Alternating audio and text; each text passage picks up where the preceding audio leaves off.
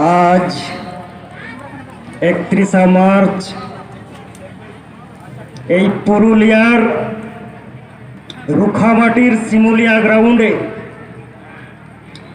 ঐতিহাসিক আদিবাসী বিক্ষোভ সমাবেশ। এই বিক্ষোভ সমাবেশে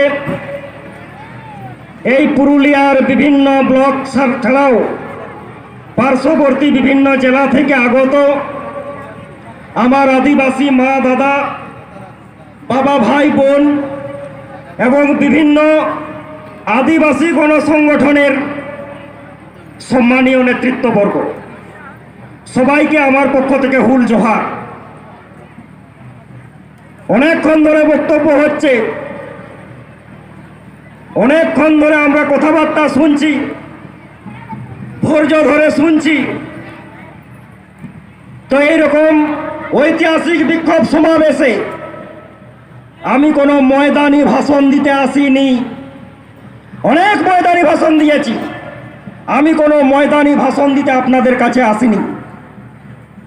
আমি শুধু এসেছি এই আদিবাসী লোক, এই ক্রান্তিকারী লোক, এই জনবাদী লোক, এই বুনিয়াদী মানুষজন তাদের নৈতিক দাবি দেওয়ার সমর্থনে, সাংবিধানিক দাবি দেওয়ার সমর্থনে আজকে যখন সেই দাবিগুলো নস্যাৎ করে দেওয়া হচ্ছে, তাদের অধিকারকে যখন ভুলণ্ঠিত করা হচ্ছে, তাদের অন্তরের মধ্যে যে আগুনটা আজকে আপনারা ছড়ালেন এই শিমুলিয়া গ্রাউন্ডে, সেই আগুনে একটু উত্তপ্ত হতে আমি নিজে এখানে এসেছি। এ আগুন প্রতিবাদের আগুন, এ আগুন প্রতিরোধের আগুন, এর আগুন আদিবাসী জাতিসত্তার আগুন, এ আগুন জাতিসত্তা বোধের আগুন, এ আগুন আত্মপরিচিতির আগুন। এই আগুনটা জ্বলতে থাকবে প্রত্যেকটা আদিবাসী ক্রান্তিকারী মানুষের অন্তরে। এবং এই আদিবাসী বিরোধী যে কার্যকলাপ আমাদের বক্তাদের মুখ থেকে শুনতে পেলেন, সারা ভারতবর্ষ জুড়ে, সারা পশ্চিমবাংলা জুড়ে আজকে আদিবাসীদের শেষ করে দেওয়ার যে নীল নকশা শুরু হচ্ছে, যে ষড়যন্ত্র চলছে, সেই ষড়যন্ত্রের সূতিকাগৃহকে ছিন্ন ভিন্ন করবে এই আগুনটা। আজকে শপথ নিতে হবে যে বিক্ষোভ সমাবেশ থেকে, যে আমরা শপথ নেব যে আদিবাসীদের অধিকার রক্ষার্থে আগামী দিনে জান কবুল মান কবুল নয় আন্দোলনের আমরা শপথ নেব এবং প্রত্যেকে এখান থেকে ফিরে যাব। আমি এই পুরুলিয়ার কথাটা একটু বলে যাব। আজ থেকে 1 বছর আগে ওই অযোধ্যা পাহাড়ের বুকে প্রকৃতি বাঁচাও আদিবাসী বাঁচাও মঞ্চের আহ্বানে, আমাদের পারগানা বাবাদের নির্দেশে ওই অযোধ্যার ক্রান্তিকারী মানুষ, বুনিয়াদী মানুষদের উদ্যোগে গোটা পাহাড় জুড়ে যখন আমরা পদযাত্রা করছি ওই অযোধ্যা পাহাড়কে বাঁচানোর স্বার্থে, ওই 31 মার্চ, সেদিনও 31 মার্চ ছিল, ওই বসন্তের পলাশরাঙা আগুনটাকে সামনে রেখে আমরাও আওয়াজ তুলেছিলাম যে অযোধ্যা পাহাড়কে বাঁচাতে হবে, অযোধ্যা পাহাড়কে, জল জঙ্গল জমিকে নিজের বুকের রক্ত দিয়ে বাঁচাতে হবে। আজকে আরেকবার স্মরণ করিয়ে দিচ্ছি সবাইকে, আজকে যখন আদানি আম্বানিরা, জিন্দালরা, বিদেশি বহুজাতিক কোম্পানিরা, কেন্দ্র সরকার, রাজ্য সরকার নিজের মধু চক্রিমায় ওই অযোধ্যা পাহাড়টাকে বিক্রি করে দিতে চায়, আমরা আদিবাসী মানুষ, আমরা বুনিয়াদিবাসী মানুষ, আমরা জানান দিতে চাইছি, অযোধ্যা পাহাড়ে বান্দুনালা প্রজেক্ট হলে, অযোধ্যা পাহাড়ে ফুলগা প্রজেক্ট হলে, অযোধ্যা পাহাড়ে কাঁঠালজল প্রজেক্ট হলে আপনাকে ওই ছাত্র যুবদের, ওখানকার ক্রান্তিকারী মানুষদের রক্তের সাঁতার কেটে আপনাকে প্রজেক্ট করতে হবে, তার আগে নয়। তার আগে কোনো প্রজেক্ট করতে পারবেন না। আদিবাসী মানুষের রক্তের স্রোতে আপনি সাঁতার কেটে প্রজেক্ট করতে যাবেন, হিম্মত থাকে তো ওই অযোধ্যা পাহাড়ের বুকে যাবেন। এই সমস্যার সমাধানের জন্য যাদেরকে গণতান্ত্রিক পদ্ধতিতে দায়িত্ব দিয়েছিলাম, এই সমস্যাগুলোকে সঠিক জায়গায় সাংবিধানিকভাবে যাদের বলার প্রয়োজন ছিল, সেই আমার আপনার অত্যন্ত সম্মানীয় আদিবাসী এমএলএ গণের ভূমিকাটাও আজকে দেখে নেওয়ার দরকার আছে। আজকে দেখে নেওয়ার দরকার আছে যে আমাদের আদিবাসী এমএলএরা আজকে যে কথাগুলো, যে বার্তাগুলো আজকে জনজীবন থেকে উঠে আসছে, এই কথাগুলোর ব্যাপারে এনাদের কোনো আওয়াজ পাবেন না। তাই এই আদিবাসী এমএলএদের উদ্দেশ্যে একটা স্লোগান হয়ে যাক, এই বিধানসভায় চুপচাপ আদিবাসী এলাকায় লুটপাট, এই লুটপাটের মদতদাতা আদিবাসী এমএলএ হায় হায়। এই বিধানসভায় চুপচাপ আদিবাসী এলাকায় লুটপাট, এই লুটপাটের মদতদাতা আদিবাসী এমএলএ হায় হায়। আদিবাসী এমএলএ দেখ দেখ দেখ কার, দেখ দেখ দেখ কার, আদিবাসী এমএলএ হায় হায় হায় হায় হায় হায় হায় হায়। সংগ্রামী সাথী, এই আদিবাসী এমএলএরা আমাদের এই পুরুলিয়ার মাটিতেও আমাদের একজন আদিবাসী মন্ত্রী আছেন, ওই বাঁকুড়ার বুকেও আমাদের একজন আদিবাসী মন্ত্রী আছেন, ওই ঝাড়গ্রামের বুকেও আদিবাসী মন্ত্রী আছেন। তাই জনজীবনের আদিবাসীদের কথা শোনার ওনাদের সময় নেই। সময় থাকবে কি করে? বাস্তবের কোষ্টি পাথরে যাচাই করে একটু খবরাখবর নেবেন। একজন মন্ত্রী ম্যাডাম, উনার সময় নেই, উনার পরিবারের প্রত্যেককে চাকরি দিতে দিতে ওনার সময় চলে গেছে। খবর নিন, এক মন্ত্রী ম্যাডামের পুরো পরিবারকে চাকরি দিতে দিতে সময় চলে গেল। আর এক মন্ত্রী ম্যাডামের মানে আমার এলাকার উনার বাড়ির ঠিকাদার তৈরি করতে করতে ওনার সময় চলে গেল। ভালো করে খবর নিন। এই হচ্ছে আমাদের সম্মানীয় মন্ত্রী ম্যাডামদের কাজ কারবার। আর আমরা যারা এই আদিবাসীদের কথাবার্তা বলছি, যারা বুনিয়াদী হকের কথা বলছি, এইরকম কথাবার্তা বললে আমরা নাকি ওনাদেরকে হ্যারাসমেন্ট করছি, আমরা নাকি সরকার বিরোধী কথাবার্তা বলছি। আমার এলাকার মন্ত্রী ম্যাডাম তো আমাকে বিরোধী রাজনৈতিক দলের দালাল বলেন। সে বলতেই পারেন, সে বলতেই পারেন, বলার অনেক এখতিয়ার আছে। কিন্তু উনাদিকে আমি একটা কথা আজকে মঞ্চ থেকে পুনর্বার স্মরণ করিয়ে দিতে চাই। উনাদিকে এইসব দাবি দেওয়া বললে উনারা বলেন যে আপনারা কেন্দ্রের বিরুদ্ধে কেন আন্দোলন করছেন না।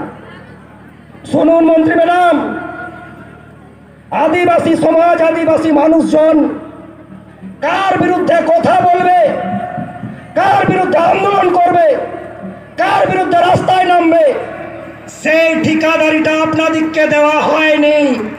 আপনাদেরকে যে ঠিকাদারিটা দেওয়া হয়েছে, যে আমাদের কথাগুলো বিধানসভাতে বলুন, আমাদের অসুবিধার কথাগুলো বিধানসভাতে বলুন, আমাদের সাংবিধানিক দাবির কথাগুলো বিধানসভাতে বলুন। এই ঠিকাদারিটা ভালো করে পালন করুন। আর সঠিক সময়ে সঠিকভাবেই কি কেন্দ্র কি রাজ্য আদিবাসী সমাজের কাছে যে সমস্যা এসেছে, সবার বিরুদ্ধে আদিবাসী মানুষ কথা বলতে ভয় পায়নি। আগামী দিনেও কি কেন্দ্র কি রাজ্য প্রত্যেকের বিরুদ্ধে রাস্তায় নামবে এবং তার জন্য আপনারাও প্রস্তুত থাকবেন। আপনারা প্রস্তুত থাকবেন। আর এই সময়কালের মধ্যে দাঁড়িয়ে এই আদিবাসী সমাজ, এই আদিবাসী মানুষজনকে আজকে এই সরকার কি চোখে দেখতে চাইছে একটু দেখে নেওয়া যাক। এখানে রবীন্দ্ররা আছেন, বীরভূমের প্রতিনিধি আছেন, রতনবাবু আছেন, আর অনেকে এসছেন।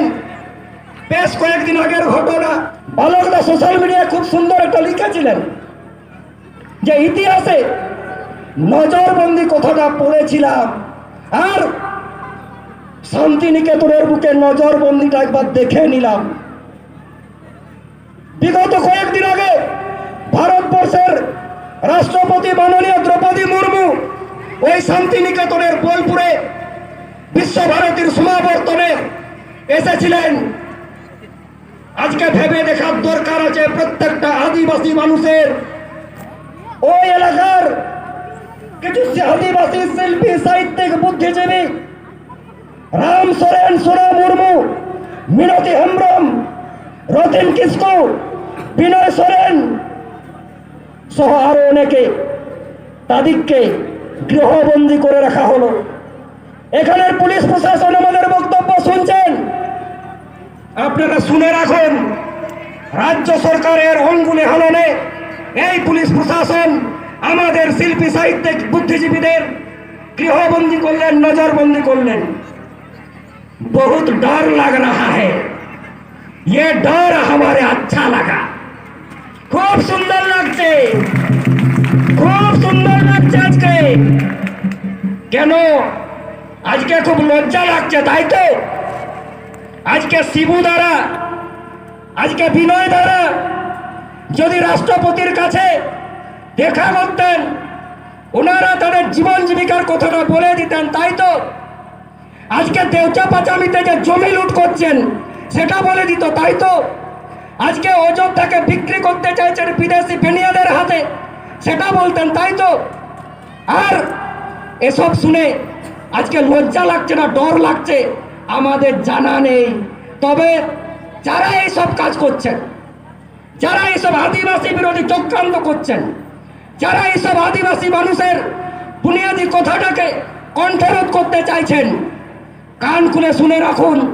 আজকে অযোধ্যার শিমুলিয়াতে লাখ আদিবাসীর জমায়েত প্রমাণ করে দিচ্ছে আদিবাসীরা কোনো কণ্ঠরোধকে সহ্য করবে না। আগামী দিনে এই জমায়েত আগামী 10 এপ্রিল খাতড়ার এটিএম গ্রাউন্ডে হবে, জঙ্গলমহলের বুকে হবে। তারপরে ঝাড়গ্রাম মেদিনীপুর দিয়ে গঙ্গাপাড়ের নবান্ন আর গঙ্গার ওই পারে বিধানসভাতে কিন্তু পাতা নাচ দেখাবে আদিবাসীরা। সেদিন কিন্তু আপনারা তৈরি থাকবেন, তৈরি থাকবেন। অনেক ডহর ছেকা দেখেছি, অনেক রেল টেকা দেখেছি। এরপর আদিবাসীরা গঙ্গার এই পারে নবান্ন আর গঙ্গার ওই পারে বিধানসভাতে পাতা নাচের আখড়া দেখার জন্য প্রস্তুত থাকুন। আদিবাসী মানুষজন যে বিষয়টাকে সব থেকে গুরুত্ব দিচ্ছে যে আদিবাসী সেন্টিমেন্ট, জাতি সেন্টিমেন্টকে কখনো রোখা যাবে না। আদিবাসী সেন্টিমেন্টকে কখনো গণতন্ত্রের দোহাই দিয়ে নিজস্ব গণতান্ত্রিক কায়দায়, ফ্যাসিবাদী কায়দায় আপনারা কণ্ঠরোধ করতে পারবেন না। সেই ব্রিটিশ পিরিয়ডেও পারেননি, আজকেও পারেননি, আগামী দিনেও পারবেন না। আগামী দিনের জন্য কিন্তু তৈরি থাকবেন। এবং এই আদিবাসী মানুষজন তাদের নৈতিক দাবি দেওয়ার স্বার্থে, তাদের গণতান্ত্রিক দাবি দেওয়ার স্বার্থে জানকবুল মানকবুল লড়াই আন্দোলনের শপথ এখান থেকে নিয়ে যাবে এবং তার বার্তাটা প্রত্যেকটা পাড়ায় পাড়ায় কোনায় কোনায় কিন্তু নিয়ে যাবে। এবং আগামী দিনে উদ্ভূত পরিস্থিতির নিরিখে লড়াই আন্দোলনের জন্য প্রস্তুতি নেবে। এই কয়েকটি কথা বলে আমি আমার ক্ষুদ্র বক্তব্য শেষ করছি।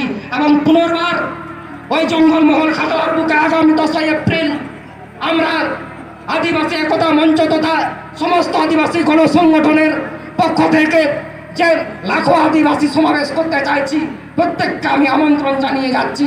এবং আজকে আমরা আদিবাসী মানুষরা এখানে যে জড়ো হয়েছি, এই বার্তাটা আদিবাসী এলাকায় এলাকায় পাড়ায় পাড়ায় নিয়ে যান এবং আগামী দিনের লড়াইয়ের জন্য প্রস্তুত থাকুন, এই প্রতিজ্ঞা নিয়ে।